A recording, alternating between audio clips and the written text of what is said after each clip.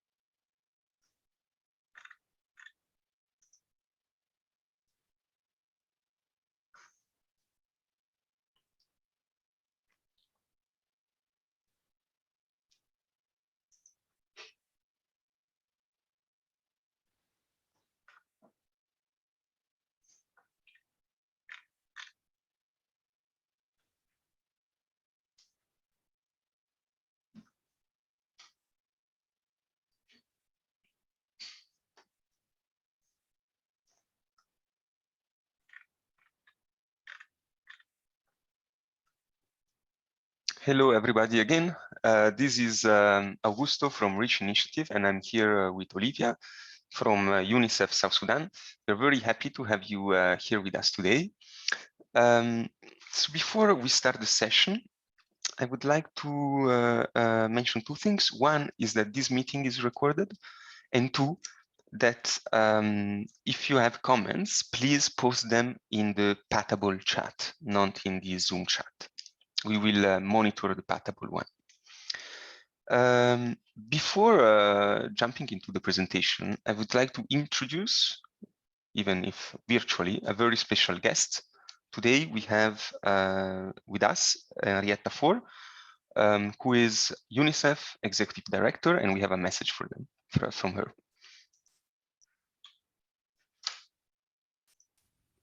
Good morning, good afternoon, and good evening. I am Henrietta Fore, the Executive Director of UNICEF. I am pleased to join all of you today for this exciting event during the 2021 World Water Week, hosted by the Stockholm International Water Institute. I hope you will have a good series of discussions. UNICEF and the Global WASH Cluster, in partnership with REACH, are spearheading an effort to develop the WASH Severity Classification. It is a set of tools that will help organizations like the partners here today to identify crisis situations where people cannot access clean water and sanitation. Through standardized indicators, we will be able to respond quickly and gain a clearer picture what is causing these conditions. These tools will help us to see threats to water security and sanitation services as they develop, so that we can prevent crises from happening in the first place. They will also provide a platform for WASH partners to come together with a more coordinated approach to our response. This can be a true game changer for the WASH sector, but more importantly, for the people we are aiming to reach. This includes the 1.3 billion people, including 456 million children, who are threatened by the high and extremely high water vulnerability. We welcome all partners to join, and we count on your support and collaboration to contribute to the global rollout. At UNICEF, we look forward to working with the broader WASH community and beyond in this exciting initiative.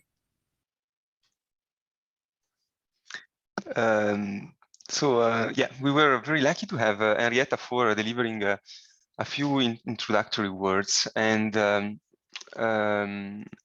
hope that this will steer your appetite.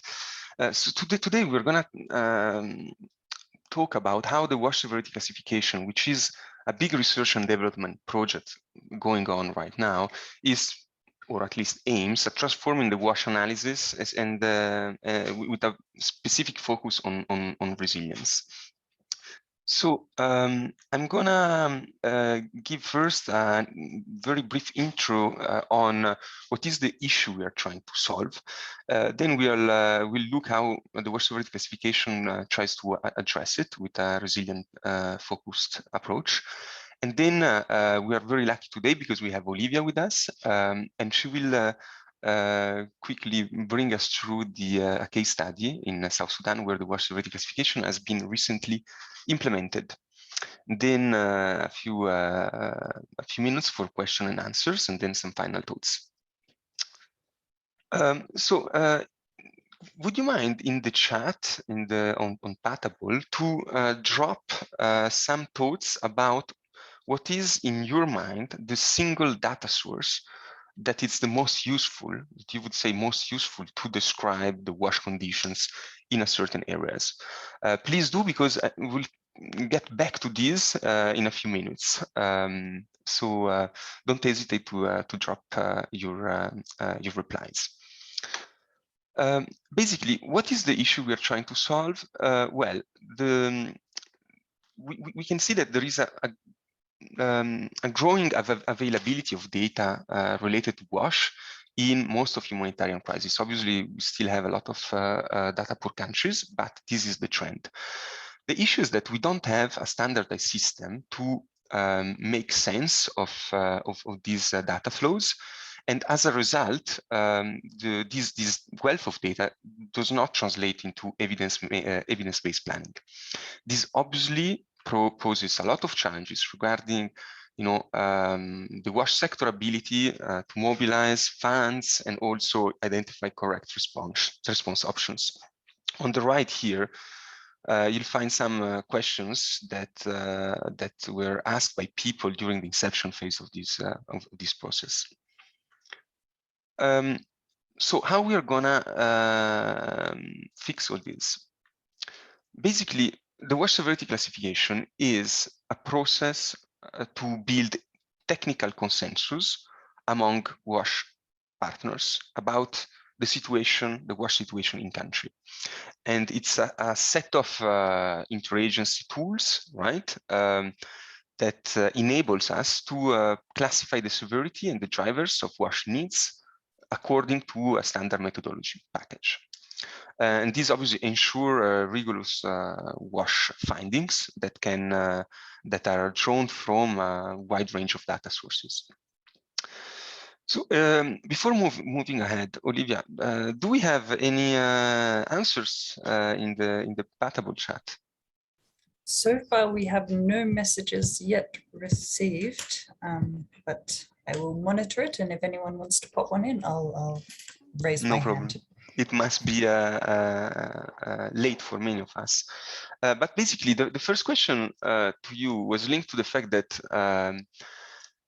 it's very difficult to summarize with one data source what is the condition of WASH in a certain area. This is why the WASH Severity Classification adopts as an analytical framework a very comprehensive approach. We are looking at public health outcomes. We are looking at WASH. We are looking at socioeconomical indicators. We are looking at systems and services. We're looking at the context, the vulnerability, and the shocks. And we try to gather all this data and make sense of all this according to a standard methodology. The result of the work is a classification of the severity of needs within a certain country. And so the people and then the areas are classified on a 1 to 5 scale, where 1 is basically phase 1 is everything is all good, right? And phase 5 is catastrophic, where we have evidence of high mortality and malnutrition and morbidity in a certain area. We do this in order to provide some key answers that are to questions that are asked over and over by the WASH practitioners like you. For instance, how severe is the WASH situation? How long the situation has been like this? Where the situation is most severe? For whom?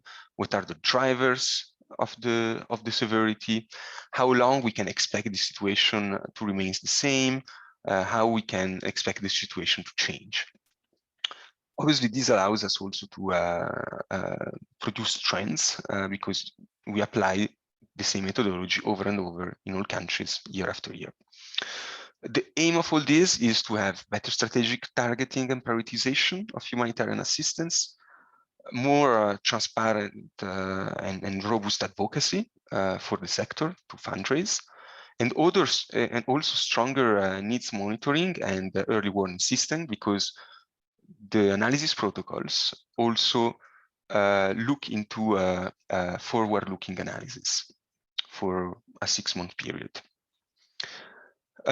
Why we think that this is a game changer and why we think that this really drives the resilience in the sector is because it's a consensus building approach. It has an holistic way to analyze WASH. It is standardized. It looks at preparedness and early warning, but also covers humanitarian and development contexts. How does it work in practice? So Olivia will spend a few words on this, but basically we bring all the WASH actors in a certain country with relevant data sources. We train them so that they are familiar with the WASH Severity Classification approach and methodology. Those WASH actors apply the WASH Severity Classification methodology in an analysis workshop. And then during this analysis workshop, those actors define the severity of WASH conditions, which are classified. Finally, we take all these results and we produce some information products. Olivia, over to you for the South Sudan case study. Thank you very much. And just to highlight again, we did see one comment in the chat initially. If participants are willing and have some comments they want to make, the chat function for Zoom will not work. You will need to do it in the World Water Week chat function. So we did have a great comment from John, who commented the sources of data are household data surveys, perceptions of affected populations, and the perception surveys, and also the qualitative surveys. So thank you for that, John. And by means of introduction, my name again is Olivia. I'm the Information Management Specialist for the Water, Sanitation and Hygiene Cluster in South Sudan. And the WASH Severity Classification for us is very important as one of the key forms of prioritization in South Sudan. When we are looking at prioritization, historically, it is driven by other sectoral prioritization tools, for example, food security, nutritional health. So this has provided us with a tool that we can move forward with to also really focus on prioritization, looking at it through a WASH lens. If you could go to the next slide, please. So for us, our activity began in May with the training and the analysis workshop, and followed through May and into June with the review of results and the write-up of results, and it covered the entire country, which was quite a comprehensive activity. For those not familiar with South Sudan, the country is broken into 10 states, and underneath those 10 states, we have 78 counties, and each and every one of the counties was covered. The analysis was done at a state level with all the teams meeting face-to-face, and then with support provided by the WASH Severity team remotely. Next slide, please. The key point for us of bringing all our participants together again at a state level is that they were able to utilize not only the WASH data, the different sources are listed on the screen in front of you, but also data looking at food security, at nutrition, looking at displacement, looking at market access, and also looking at health. And importantly, we had a wide variety of participants from government agencies, national and international NGOs, as well as UN agencies. So already through the process, we had a level of buy-in, as well as a very interactive response, and partners were able to look at the broader situation when looking more in depth at the impacts of WASH and the impacts of WASH on the broader situation. And then to the next slide. And then I'm going to touch on 3 key impacts of the severity classification for us here as WASH partners in South Sudan. The first would be, and most importantly, that it has provided us as the humanitarian, as the emergency programmers, with a hotspot identification tool that is very comprehensive.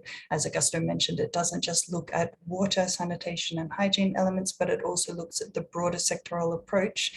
as well. And through this, we can identify the hotspots in terms of the geographical hotspots and also the thematic approach we need in these hotspots, but also fills a gap that is quite strong in South Sudan, and that is the identification of development hotspots in South Sudan due to the protracted crisis. Primarily, the WASH programming is aimed at the humanitarian partners, the emergency partners, and this has led to short-term programming and also has led somewhat to development programming to fall to the side. Not to say that it doesn't occur, of course it occurs, but not nearly at the same scale as humanitarian programming. So through this, we not only are able to identify hotspots for humanitarian partners, but also for development partners, and then look at the drivers for these hotspots for development partners. Secondly, as it is an intersectoral approach, we are able to look at this, and all participants were able to look at this and pull on the different intersectoral impacts, which is vital for South Sudan as it is a protracted crisis. We are currently experiencing the worst food insecurity since independence in 2011, as well as recurrent floods that are currently throughout large proportions of the country and are anticipated to worsen. In addition to this, we also have increasing insecurity despite the newly signed peace agreement, and we're also looking at a worsening economic situation. So of course, all these factors impact on WASH, and WASH will then impact on other sectors. So we're able to look at these together, and this provides us with a more holistic view of the WASH situation in South Sudan. And then finally, we're able to take this to donors as an important tool for donor resource mobilization. In South Sudan, over the past 10 years, we've seen a steady decrease in funds that have been allocated to WASH programming. Starting in around 2014, we had $116 million to last year when we had, I think it was $48 million, sorry. So we've seen a steady decrease over the past couple of years. But with this tool, as it has been done in a very inclusive approach, and it's being done with a rigorous methodology, something that we have a lot of faith in and something that donors can then have a lot of faith in and have already expressed interest in the results, not only at a country level and not only for WASH donors in country, but also intersectoral donors in country and at a regional level as well. So this is super useful for us. And as you can see on the screen, it's also allowed for partners to use this tool for their own severity classification processes as well. So that's a quick summary of the case study for South Sudan. Passing back to you, Augusto. Thank you very much, Olivia. And again, it was really a real pleasure to work with you on South Sudan on all this. Now, we unfortunately the time limit here is quite strict. So I would open the chat for comments. So if you have questions, please post a question on Patable, or I can let you give you the floor, but again, you need to request this on Patable. Olivia, please monitor because I'm blind. Yes, I have a keen eye. So far, we have no additional comments or questions.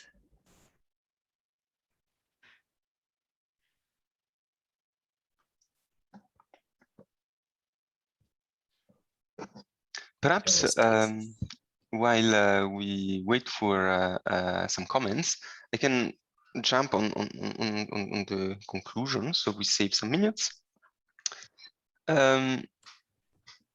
So we have seen how this system work. It can really, like, through this harmonized approach, we can really develop the sector capacity to be able to use evidence in a way that is useful for the sector. It generates a pool of knowledge in different regions, because as we roll out in different countries, more stakeholders are familiar with the approach, and also are able to contribute this way to this data revolution that is really driving the sector. I think that in a few years from now, we'll be in a very different situation, in a situation where globally you could compare country to country, compare the same country and see how the situation is evolving as a crisis is evolving. And this is something that unfortunately now in 2021, we are not able to do with this level of precision. So, stay tuned on this. There is a lot of committed people that are working on it, and it's really a growing community. So if you want to know more, please let us know. I can post my email address in the chat. Olivia can do the same. Olivia, still no questions. We did have one question from John, which I believe you've partially answered, asking if there's a plan to roll out with the training for other clusters, sectors in other countries. Yeah, so basically we are, every time you implement WASH Severity Classification in country, we do the training, we train partners. So in South Sudan, Olivia, we trained 70 partners, something like this, right? Yes, yes. So it was massive. And by the way, the training is a very touching moment because